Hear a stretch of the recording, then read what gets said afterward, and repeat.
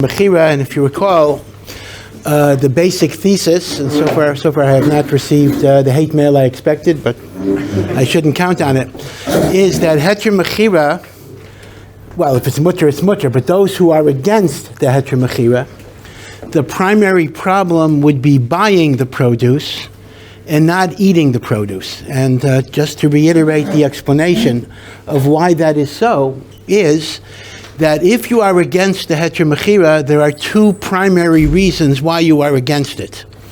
Reason number one is the idea that even if you sell land to a guy, that will not permit a Jewish farmer from working on the land. That's opposition reason number one. Opposition reason number two would be the prohibition of selling the land based on lo sechanem. Right? Those are the two basic reasons why you might be against the Heter Mechira. Neither of those reasons would prohibit you from eating the produce. Why?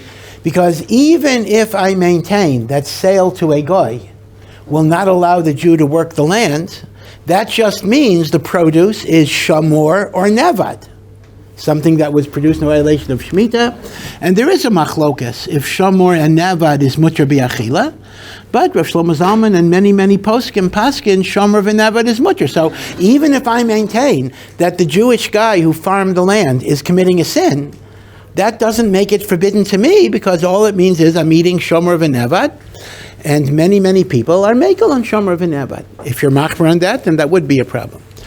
And the same is true for lo sechanem. Even if there was a sin in selling the land, that's not going to answer me from eating the produce. The second halachic problem would be that there is a din on Shemitah land that you cannot eat grain and vegetables of Shemitah land. That is called sapichim. That's an Isser D'Rabbanan.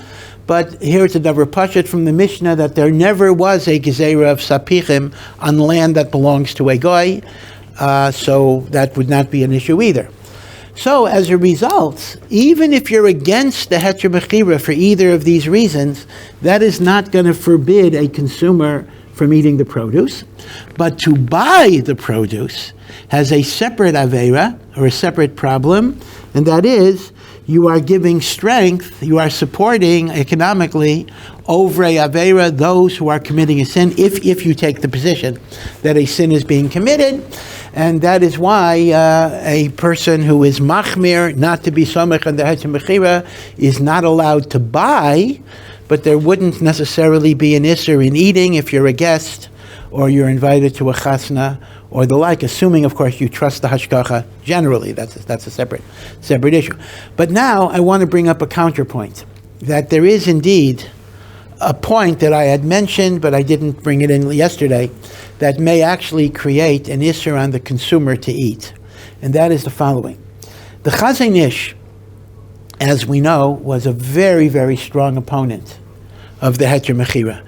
He was opposed to the Heter Mechira on halachic grounds, and he was also opposed to the Heter Mechira on spiritual grounds, because the Chazon Ish said, the Torah promises if you keep Shemitah, Hashem is going to give you a bracha. So how can you be circumventing the idea of Shemitah by selling it to a guy?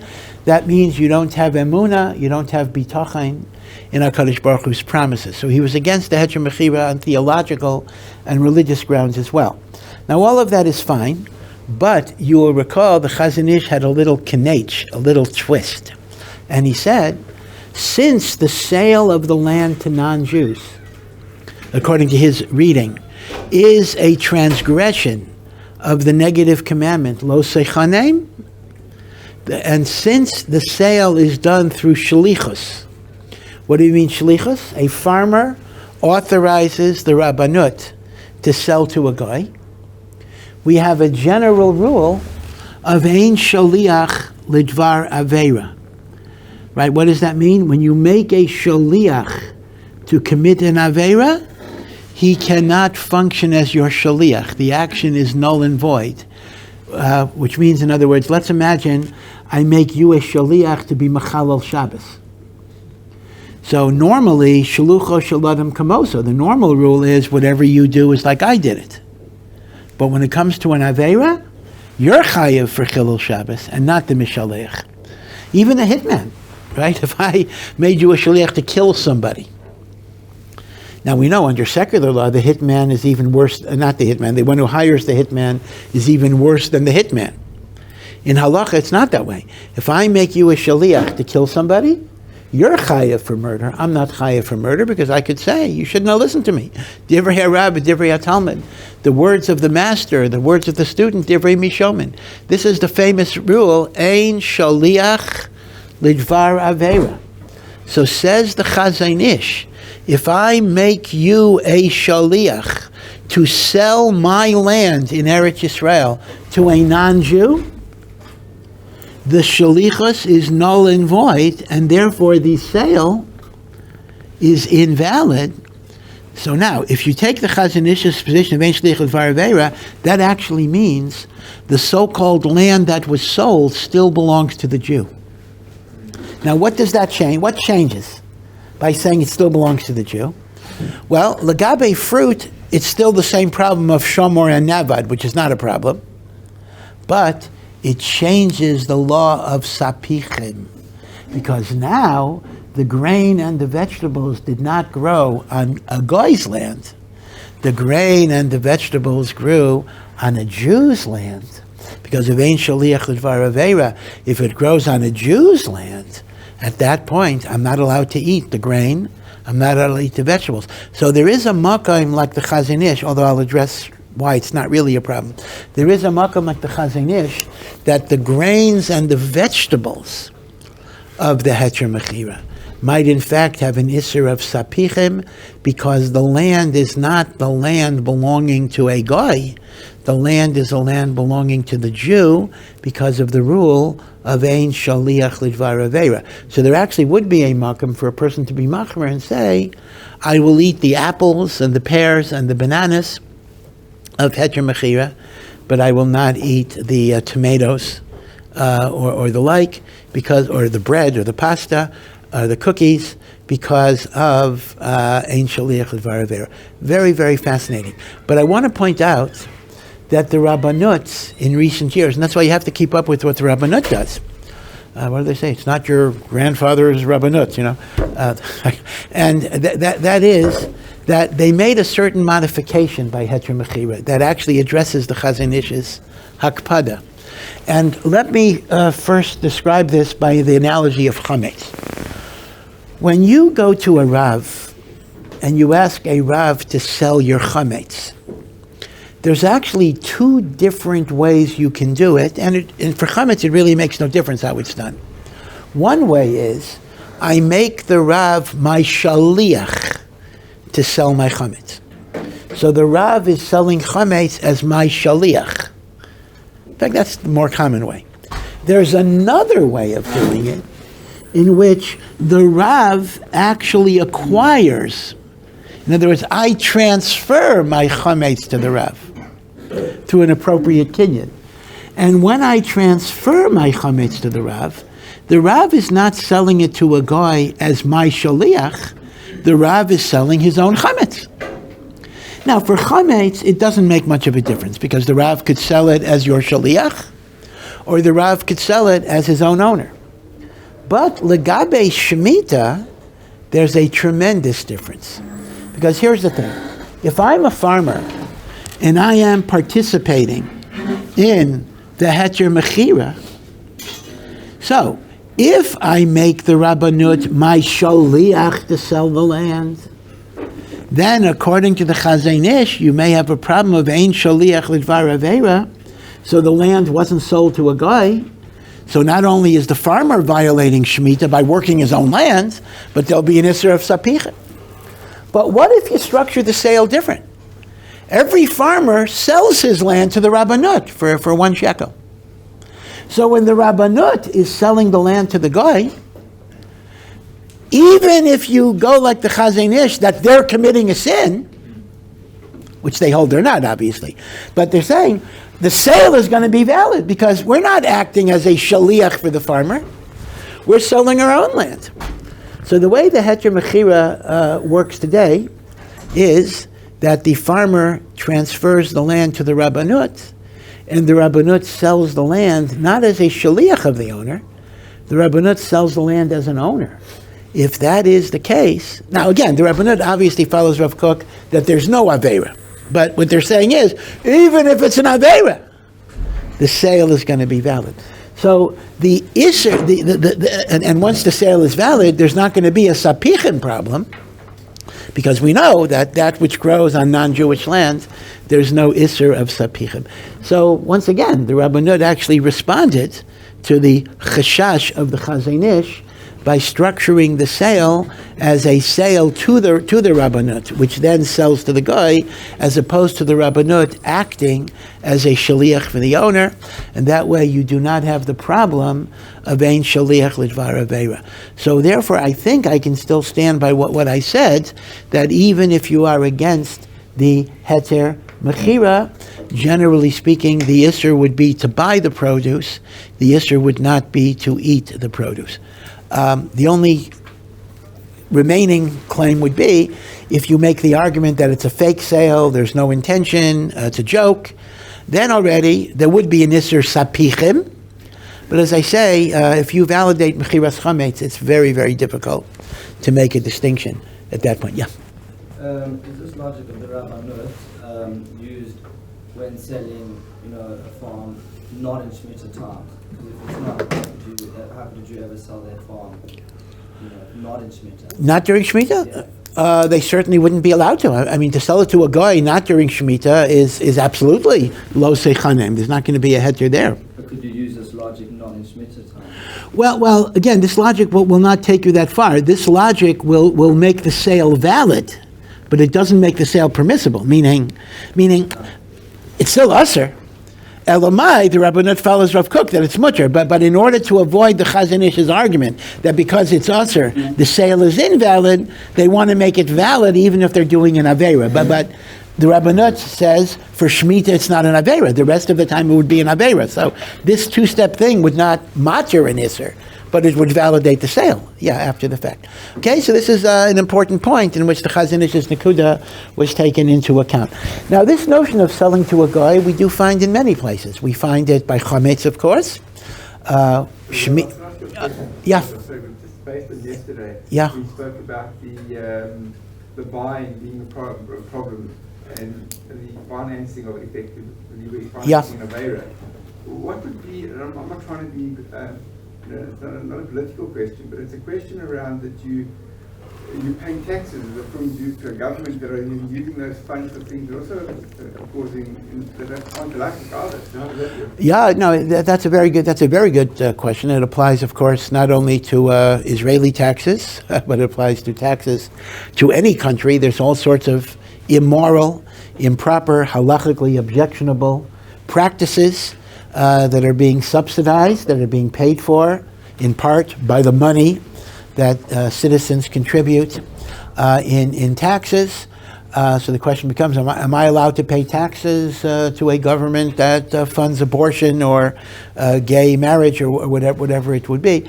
It is a good question. I mean, basically we say that because government has so many a multiplicity of activities, many of which are permitted, many of which are benign, then you're not obligated to be choshesh, to suspect that your money is going towards the treif activity, unless it's an earmarked type of tax, and then maybe you'll have a problem. But if it's paid into a general fund, so at that point it's not possible to trace it.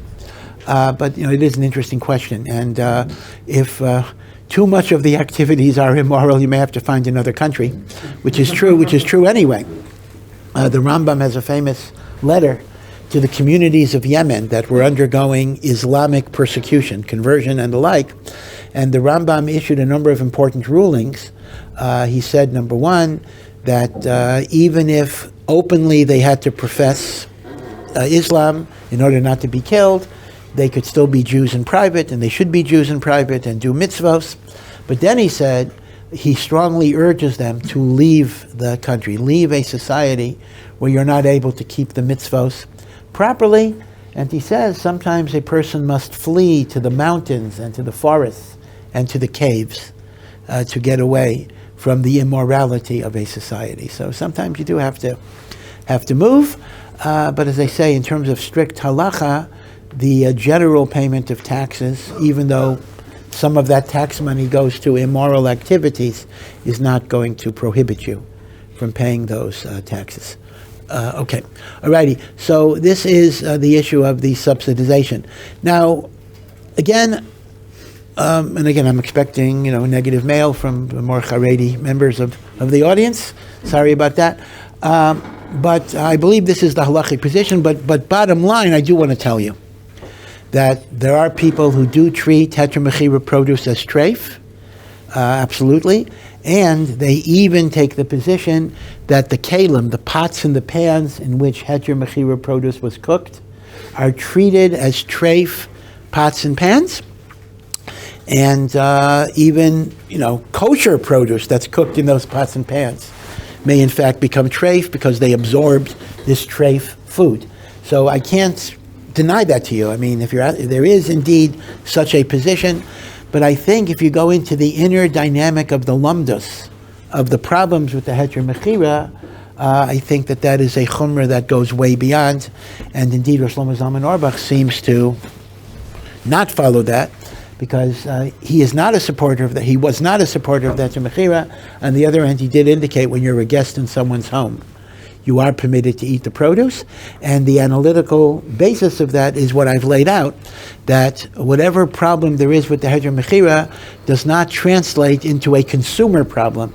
It is a problem with the Rabbanut doing a prohibited activity, and it's a problem with a farmer working the land, but that's not going to translate into a prohibition for you, other than the prohibition of economically supporting sinful behavior, and that is the basis of the explanation of why, as a guest, I could eat Heter Mechira. But again, I have to be honest, there are indeed shitos, particularly in Bnei Brak, that treat the Heter Mechira produce as treif gomor, but part of that might simply be because they're machmir on shomer and nevad. I mean, if you're machmir on shomer and nevad, if you're machmir that produce created in violation of Shemitah is treif, then indeed, if you don't hold of the Heter Mechira, the farmer is violating Shemitah. But given the fact that we are mekel on shomer v'nevad, it's hard for me to imagine how, if you're mekel on shomer v'nevad, you're going to, treif up the Heter Mechira produce. Yeah. Just to ask one, if someone holds by Heter Mechira, can they buy food from a restaurant for someone that's keeping the korma? It's almost like being a guest. And then a second part of that question, if the answer is no, if that person's already bought, could you eat something if you decide you want like a chip from their plate? It would seem, some are machmer, but it would seem to me, based on the lumdus we're presenting, that once the produce is bought, it can be consumed, even though you were not supposed to buy the produce in the first instance. Now, I do want to say there is a certain political dimension here that maybe needs to be taken into account, and I don't mean the stam politics, which is illegitimate, but that is that when you're dealing with an institutional arrangement that great poskim consider to be improper, there is a certain legitimacy in boycotting that procedure. Meaning, even though halakha may not require it, but I don't want to participate in something that I consider wrong. Now again, I'm not telling you if it's wrong or right, but I'm saying, but if you have a shita that the Heter Mechira is a violation of the laws of Shemitah, then there would be a makam that we shouldn't encourage consumers, even in halachically permitted ways. That's kind of a political consideration, which does have some legitimacy, I think, because why should I patronize? Why should I support? Why should I encourage an institution that I consider to be against the laws of Shemitah? So that might be a consideration, but again, that's not strictly a halachic consideration. That's more of a political consideration on a public institution that I regard to be something that's, I don't mean me, but that someone would regard as being improper. Just want to tell you one little thing. Rav Shlomo Zalman Auerbach, already, he's been gone quite a few years, 25 years or more, wrote, he was one of the great poskim of the generation, and he wrote a number of very important svarim, particularly on mitzvahs tuliyos b'aretz. I mean, I can't say he had expertise in limited areas. He knew Kol HaTorah, but his two strongest areas, if I could say that, were Hilchos Shabbos. In fact, the Sefer Shmira Shabbos Kehilchasa, which is a classic Sefer in Hilchos Shabbos, written by Rav Neuvert, Zechrono Livracha, is essentially a compendium of Rav Shlomo Zalman Auerbach's Psakim, with many other things too. He was considered to be the great posek on Hilchos Shabbos. And the other area in which he was renowned for his understanding was mitzvos teluyos b'aretz, like Shemitah, Truma, and the like. So he wrote a series of svarim on mitzvos teluyos b'aretz from the time he was a young man, like in his 20s, and they were called Madonei Aretz. Now, the first edition of Madonei Aretz that was put out when Rav Shlomo Zalman was a young man had actually a haskama from Rav Kook. Rav Kook wrote a haskama. This goes back to the 1930s. Rav Kook died in the 1930s. And in addition, Rav Shlomo Zalman had a lengthy introduction in which he talks about the Heter Mechira. And he says, halachically, he did not consider it to be allowed, both because of Lo Seichanim and because it does not allow the Jewish farmer to farm the land on Shemitah. So he was machmer. He did not accept the Heter Mechira, but he said that those who are mekel have a strong makom to be somechan. You cannot criticize them. There is a strong basis to be mekel. Now, the Sefer Madonei Aretz was out of print for many, many years. And when Rav Shlomo Zalman died, and the family wanted to reprint the Madonei Aretz, right, new edition. So in the new edition, I know, and most people didn't have the old edition, so they didn't know.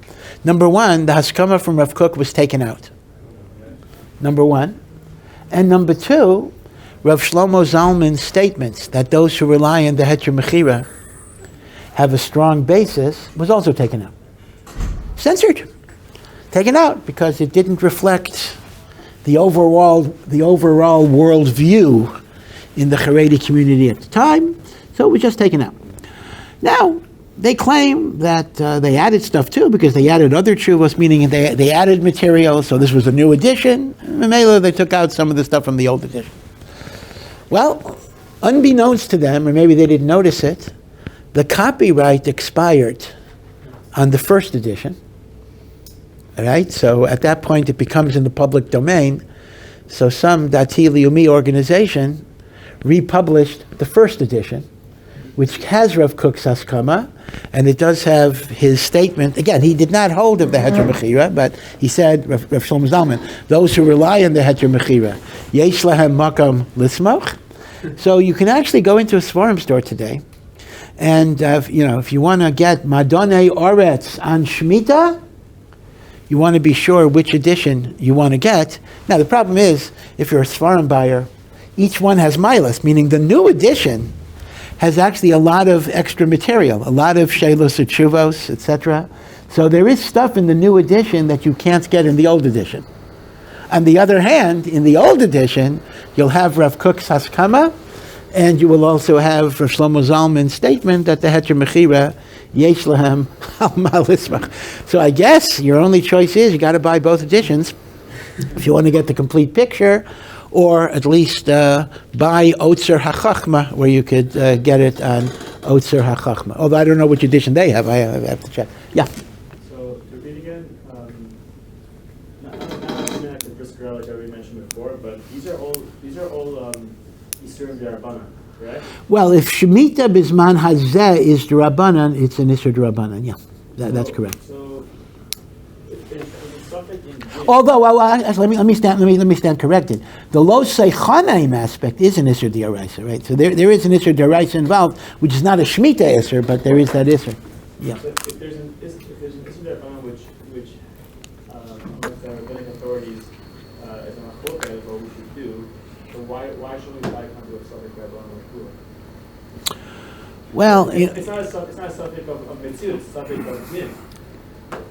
well, that's really a general problem that many say in a machlokes haposkim in halacha, You can't say Safek D'Rabbanan L'Kula, because those who say it's Usher hold it's not a Safek. In other words, it's not like a Safek in Mitzias is where you say Safek D'Rabbanan L'Kula. But if one opinion says it is Usher, and the other says it's Mutter, the one that says it's Usher is actually not saying it's a Safek, right? So that's a Shaila, can you say Safek D'Rabbanan L'Kula in such a situation? Okay, also it's a little complicated because, I don't want to get into all of this because it would be a lot of pilpul on this, that some say where a mitzvah in its inception is d'oraisa, but it's only become midrabanan because of the passage of time. In other words, Shemitah is a d'oraisa, even though our practice of Shemitah might be midrabanan, meaning you don't reckon it as a safek d'Rabbanan, because it's not a mitzvah d'Rabbanan, it is a rabbinic requirement to be mamshech that which was a mitzvah d'oraisa. That's called ikrei d'oraisa. You may not say safek d'Rabbanan l'kula. Okay, so let me give you another example, although this is not the Indian itself. There was a great, again, I'm always conscious, Torah Anytime audience, okay, all right, but I'll say it.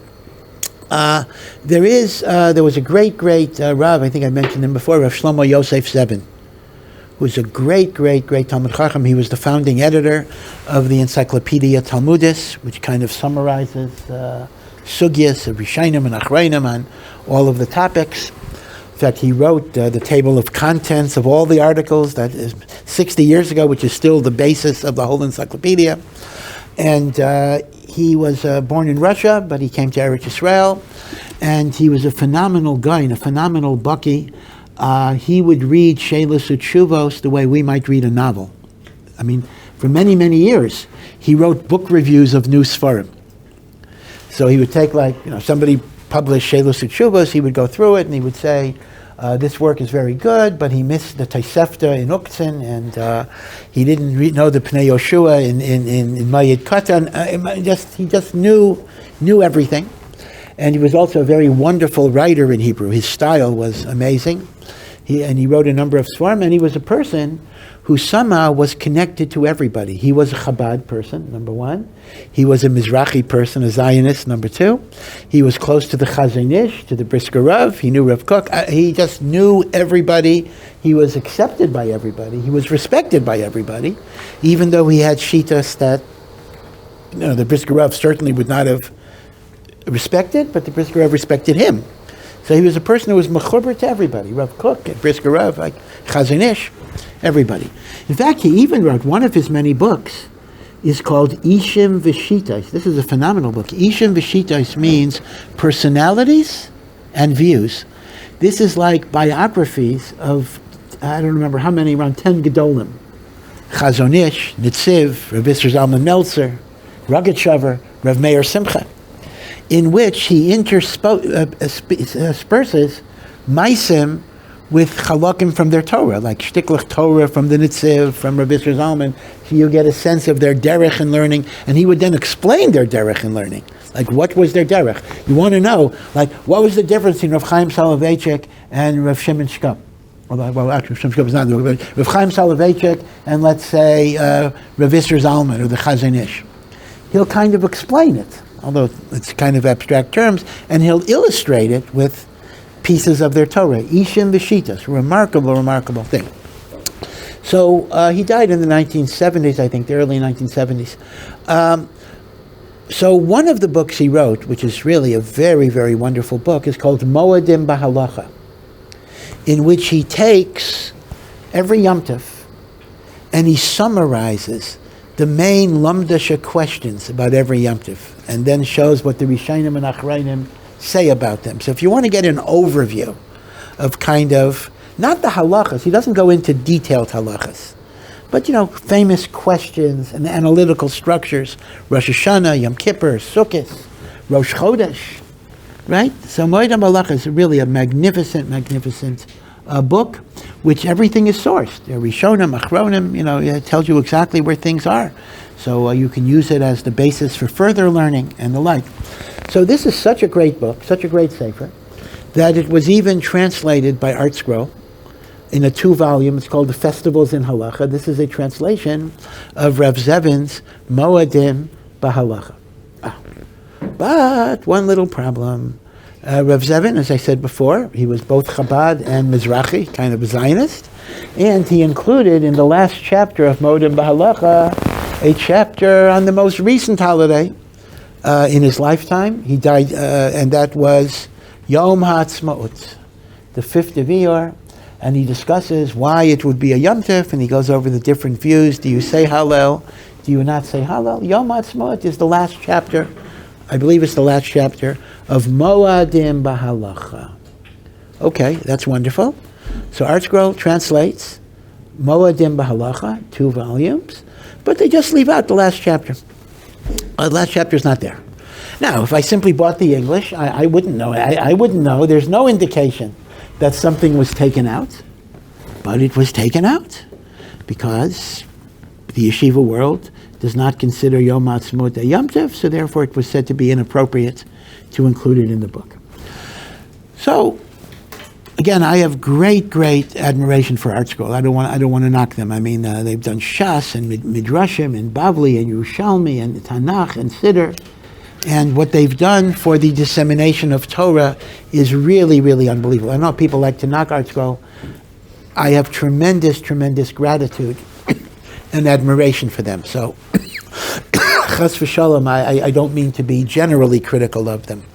But this is a particular example of taking an author's work and simply censoring it. Now, it's one thing if they would have said, even in a footnote, Rav Zevin did this, but in the yeshiva world we follow, I don't know, Rav Aaron Cutler, whoever you want to say, and say, therefore, we've decided not to include it. Okay, even that I think is not the greatest thing, but okay, at least they tell you that they're taking it out. But to not even indicate that something that was important to the author of the Sefer is simply being deleted, many people feel is unfair, it's unreasonable.